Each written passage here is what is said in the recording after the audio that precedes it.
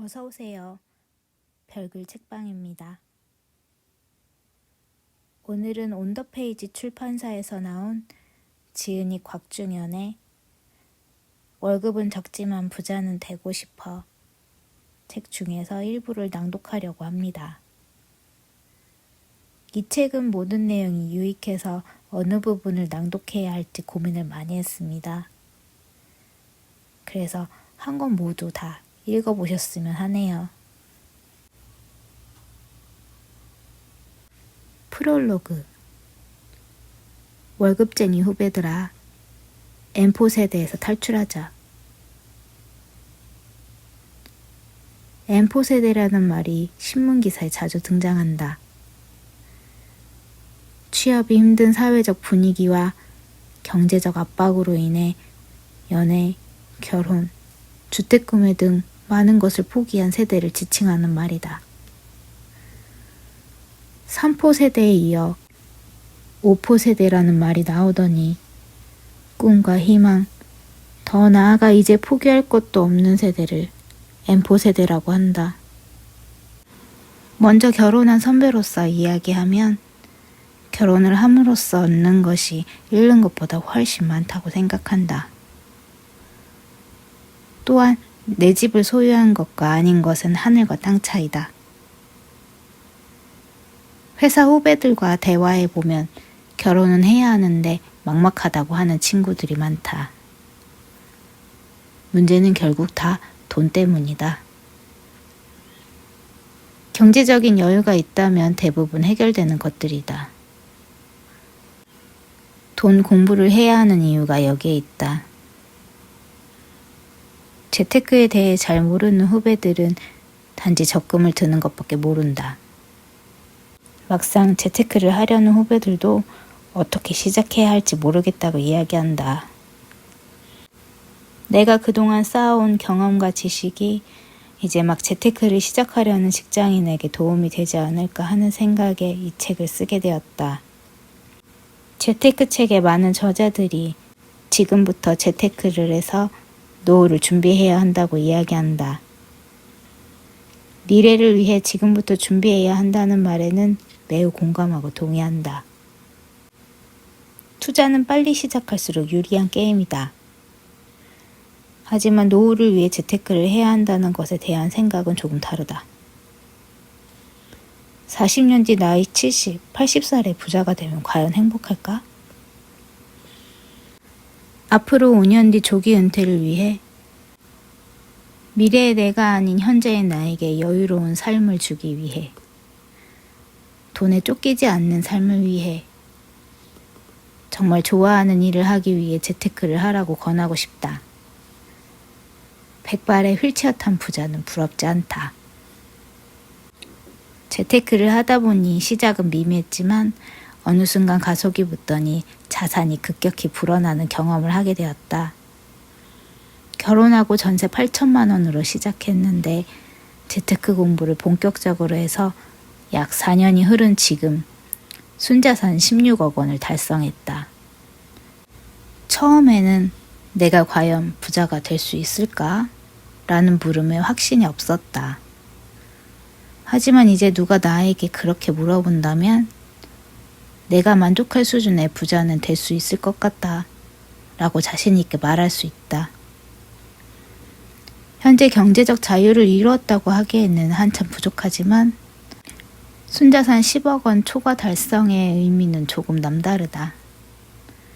재테크 초보자 대부분의 목표가 10억 원 달성이며 10억 원이라는 돈은 어떤 일도 하지 않고 한 달에 약 280만 원씩 30년간 쓸 수 있는 돈이다. 사실 현금이 10억 원 정도 있으면 60세부터 30년간 쓸 수 있으니 재테크 책에서 항상 이야기하는 그 노후 준비는 따로 안 해도 된다. 내가 월급만으로 10억 원을 모으려고 했다면 매달 200만 원씩 적금을 들어도 약 40년의 시간이 걸렸을 것이다. 그래서 재테크가 중요하다. 이 책은 부의 방정식을 근간으로 해서 5개의 파트로 구성했다. 부의 방정식을 최대한 활용하는 실천 전략을 제시하려고 노력했다. 파트 1과 파트 2에서는 부의 방정식 중 방향성을 설정하는 실질적인 방법을 소개했고, 파트 3에서는 부의 방정식 중 노동소득을 극대화하는 구체적인 방법을 제시한다. 파트 4에는 실전 투자 방법을, 파트 5에는 진정한 부자의 의미에 대해 후배들에게 해주고 싶은 조언을 담았다. 재테크 초보자들이 경제적 자유를 이루는 기틀을 잡는데 이 책이 도움이 되었으면 좋겠다. 여기에 나온 실천 전략들을 실행하면 반드시 도움이 될 거라고 확신한다. 아무리 좋은 방법이 있어도 실천하지 않으면 무용지물이다. 반드시 행동을 하자. 2021년 11월 부의 사다리 곽중현. 책 읽기. 부자들의 공통점. 부자들은 독서광이다. 역사적으로 보면 부자인 사람들과 성공한 사람들은 지독한 독서광이라고 한다. 다양한 장르의 책을 읽으며 여러 분야의 시야가 넓어지고 해안이 생겼다는 것이 공통점이다. 오마하의 현인이라고 불리는 워런 버핏, 마이크로소프트의 빌 게이츠도 독서 예찬론자다. 책을 읽어서 실패했다는 사람을 본 적이 있는가? 책을 읽어서 성공했다는 사람은 무수히 많다.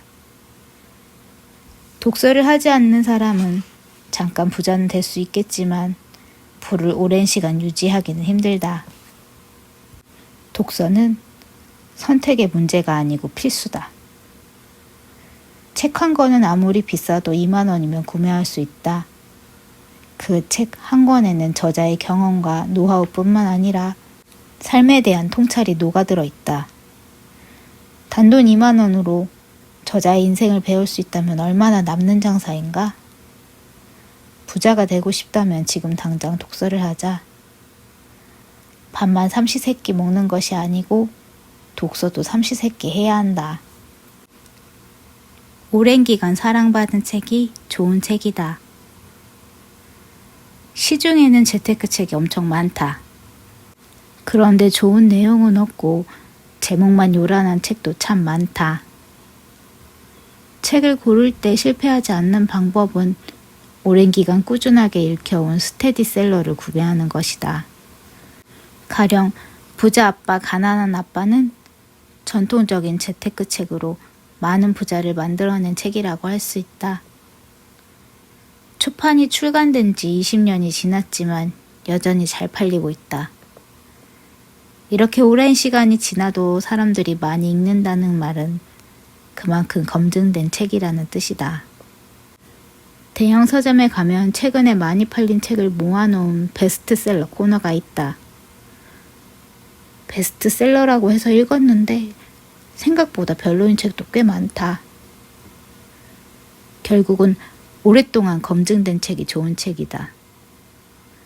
실패할 확률을 줄이려면 그 분야의 스테디셀러 명작을 읽어야 한다. 6개월 동안 50권 읽기. 한 달에 한 권씩 1년에 12권 읽어놓고 열심히 공부했다고 착각하는 사람이 있다. 그렇게 하면 안 된다. 일단 자기가 주력으로 공부할 분야를 정했으면 그 분야 책 50권 정도는 한 번에 읽어야 한다. 요즘에는 인터넷에서 조그만 책장을 5만 원 정도면 살 수 있다. 50권의 책값과 책장을 합쳐도 100만 원 정도면 충분하다. 100만 원 정도는 과감히 투자해야 한다. 책을 50권 샀으면 6개월 안에는 모두 읽는다는 마음으로 읽는다. 처음 한두 달은 책 읽는 속도가 나지 않을 것이다. 하지만 같은 분야의 책이기 때문에 저자들이 말하는 원리나 이론에서 동일한 부분이 생각보다 많다. 책을 읽을수록 아는 내용이 많아지고 저절로 반복 학습이 된다. 그러면 책을 가볍게 훑어보는 식으로 읽어도 핵심 내용을 파악할 수 있게 되어 읽는 속도가 빨라진다. 그래서 집중만 하면 50권을 6개월 동안 충분히 읽을 수 있다. 관련 책들에서 가장 많이 언급되는 내용이 가장 중요한 내용이다. 부자가 되려고 읽는 책은 잡지처럼 편하게 읽으면 안 된다. 구매한 책을 읽고 분석한다는 생각으로 수험서를 보듯이 읽어야 실력이 늘어난다. 다만 책을 비평가처럼 읽지 말고 그 저자의 생각을 사소한 것 하나까지 배운다는 마음으로 교과서처럼 읽고 익혀야 한다. 그러다 일정 수준 이상이 되면 별로인 책들은 몇 장만 읽어도 벌써 감이 온다. 하지만 시작 단계에서는 배우는 자세로 임하자. 6개월 50권 읽기에 성공하려면 50권을 웬만하면 한 번에 구매하기를 바란다. 그래야 돈이 아까워서라도 다 읽는다. 50권 정도를 읽으면 어느 순간 번뜩이는 감이 오는 시기가 분명히 있다. 독서는 가장 저렴하고도 확실하게 공부하는 방법이다. 책을 읽다가 지치면 독서로 인생이 바뀐 베스트셀러 작가 이지성의 일독을 읽어보기를 권한다. 독서 습관을 기르는 방법을 스토리텔링으로 쉽게 풀어낸 책이다. 책을 읽다가 지쳤을 때 다시 읽기 시작하는데 동기부여가 될 것이다. 책을 모두 읽고 6개월 뒤에는 읽었던 책 중에서 좋았던 것을 중심으로 독서 리뷰를 해볼 것을 추천한다. 읽은 책을 요점 정리하는 것이다. 블로그를 개설해 독서 리뷰를 올려보자. 다른 사람들과 서로 정보 공유도 하며 읽은 책의 내용을 다시 한번 정리하는 시간이 될 것이다. 시장에 참여하기. 내 돈이 들어가 있어야 관심이 간다. 시장에 돈을 묻어두자. 경제신문을 매일 읽으며 분석하고 독서와 강의를 통해 실력을 쌓았다면 실전 투자를 해보자. 공부만 오래 하다 보면 지루해지고 실전 감각을 익힐 수가 없다. 처음에는 작은 돈으로 시작해보자. 모의 투자를 하는 것도 좋은 방법이지만 실제 내 돈이 들어가 있는 것과 그렇지 않은 것은 하늘과 땅 차이다. 누가 시키지 않아도 자산의 가격을 확인하고 있는 자신을 발견하게 될 것이다.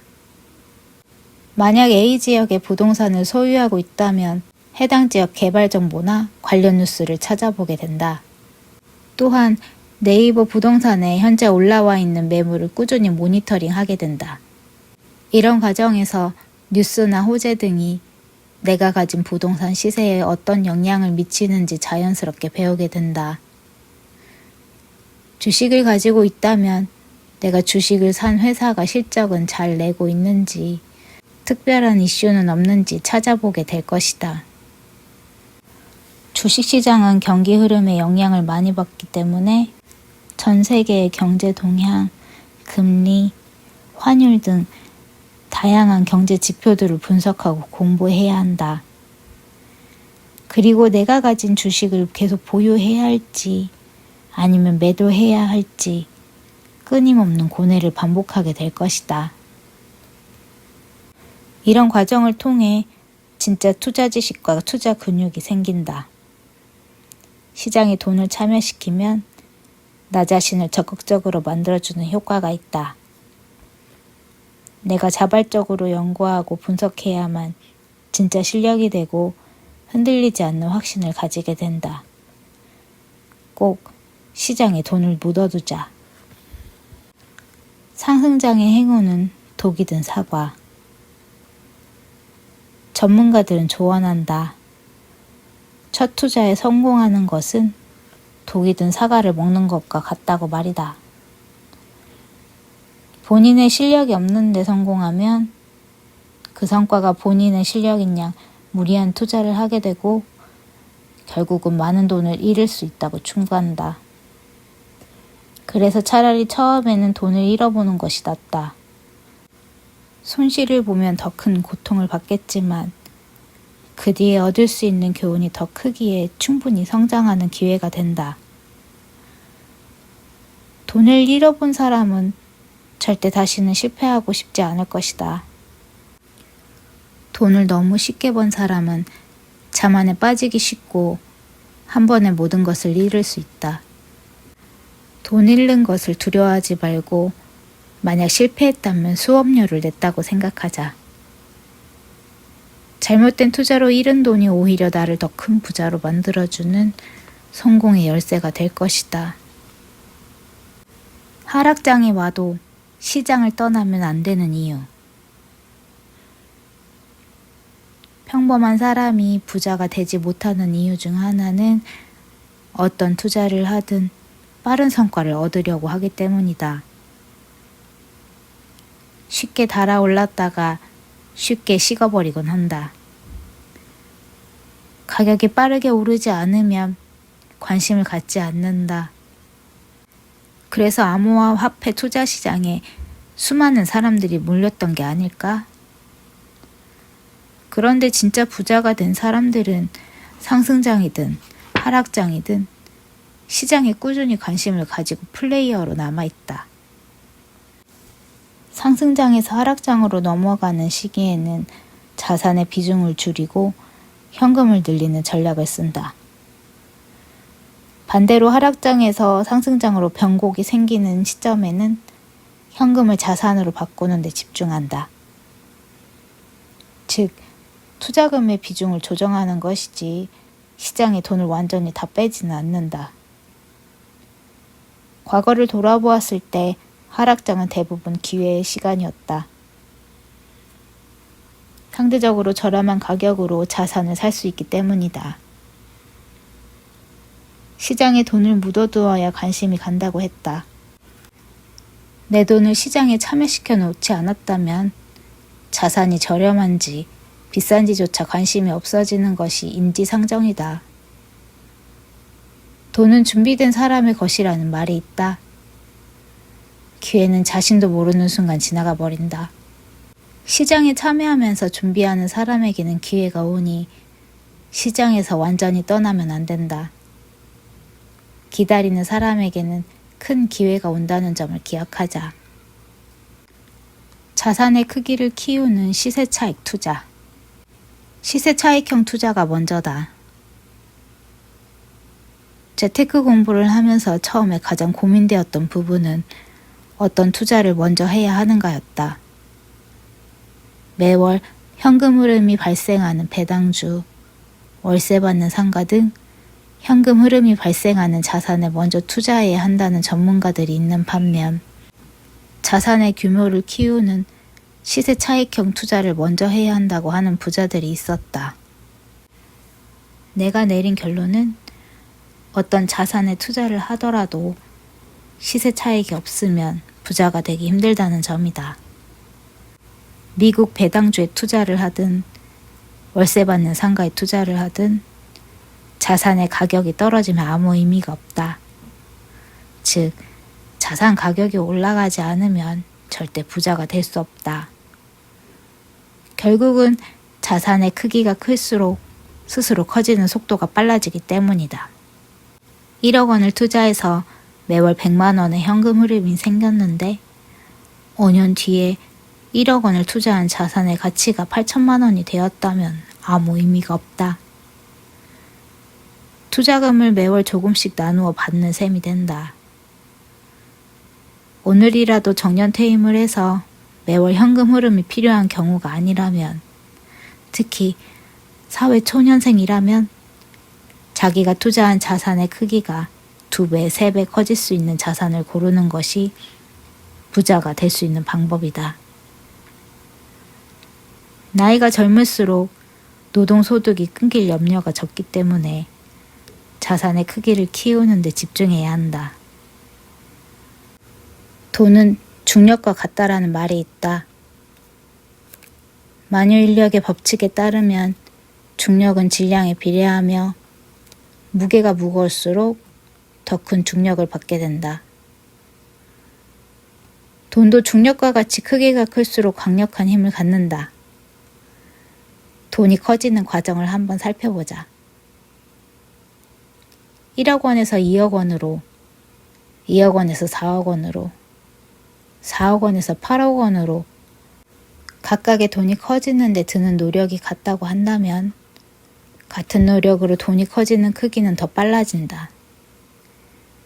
같은 노력으로 처음에는 1억 원이 늘었고 다음에는 2억 원, 그 다음에는 4억 원이 늘어났다.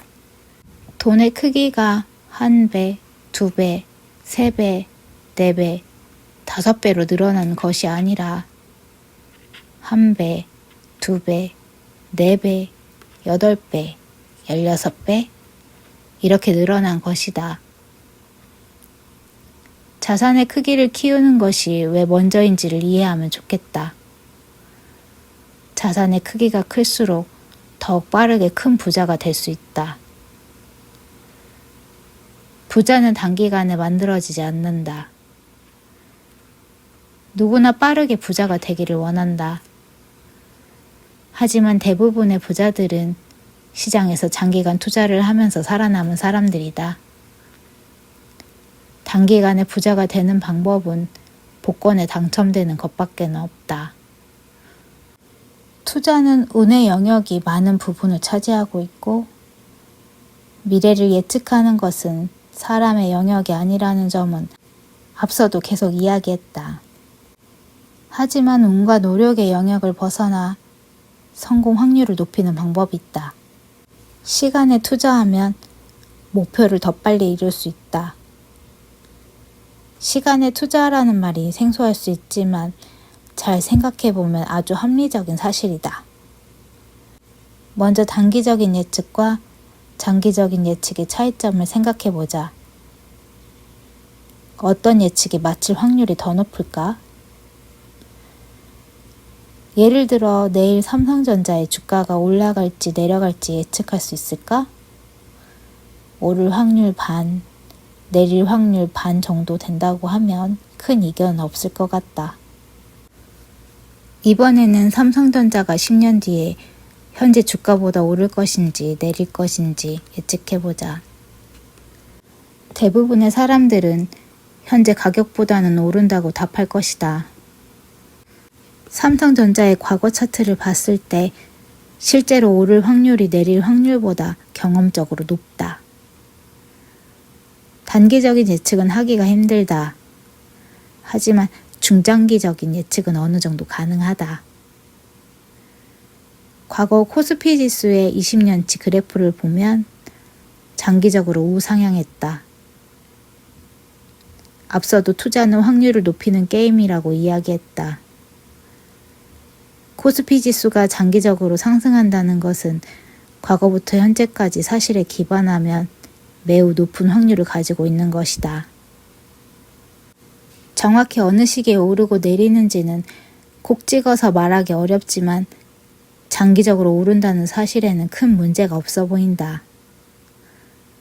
코스피 지수가 지속적으로 하락할 것이라고 예상하는 사람은 앞으로도 대한민국 금융시장이 퇴보하고 경제가 침체하리라 생각하는 사람일 것이다.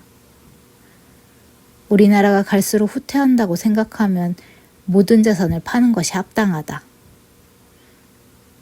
하지만 적어도 지금보다는 발전한다고 생각하면 좋은 자산의 가격은 장기적으로 보았을 때 우상향할 것이라고 믿고 해당 자산을 구입해 보유하는 것이 마땅하다. 최근 들어 미국 주식에 투자하는 사람들이 많아졌다. 이는 우리나라의 성장성보다 미국의 안정성과 성장에 베팅을 한 것이다. 미국 주식에 투자한 사람들은 10년 뒤에도 미국이 전 세계 1등 국가일 것이며 앞으로도 더욱 성장할 것이라고 예측한다.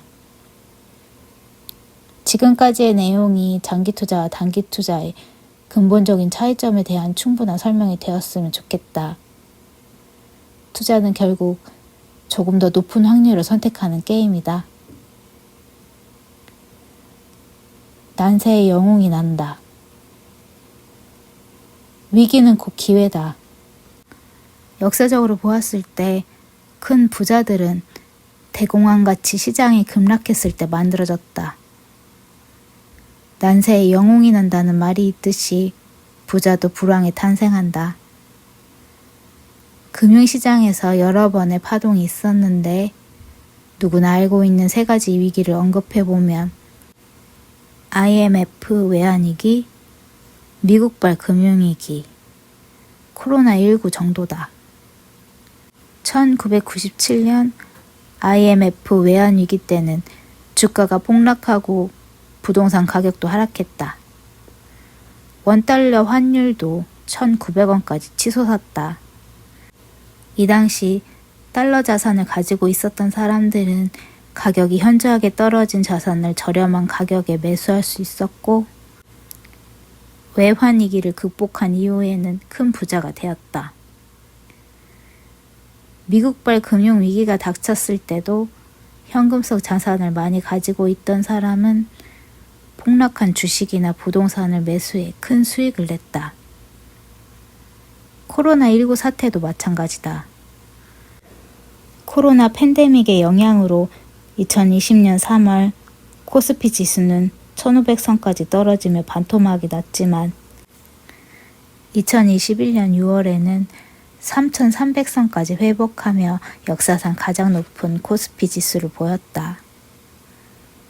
금융시장은 하락과 상승이라는 역사를 반복하는데 사람들은 막상 폭락기에는 무서워서 매수를 못한다. 미국의 유명한 투자자 워런 버핏은 투자와 관련된 여러 명언을 남겼는데 특히 이 말이 기억에 남는다. 공포에 사고 환희에 팔아라.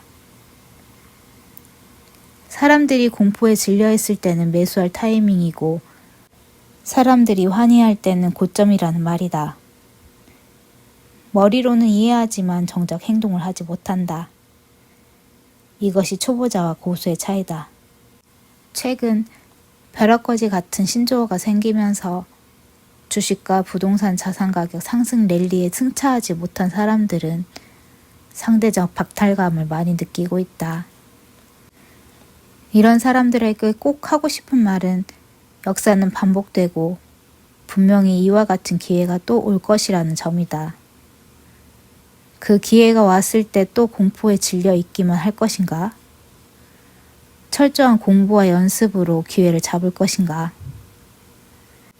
위기에 베팅할 수 있는 역량을 키워서 큰 자본소득 차익을 거두길 응원한다. 진짜 큰 부자는 바로 이 시기에 만들어진다는 점을 기억하자. 오늘은 여기까지 낭독하도록 하겠습니다. 들어주셔서 감사합니다.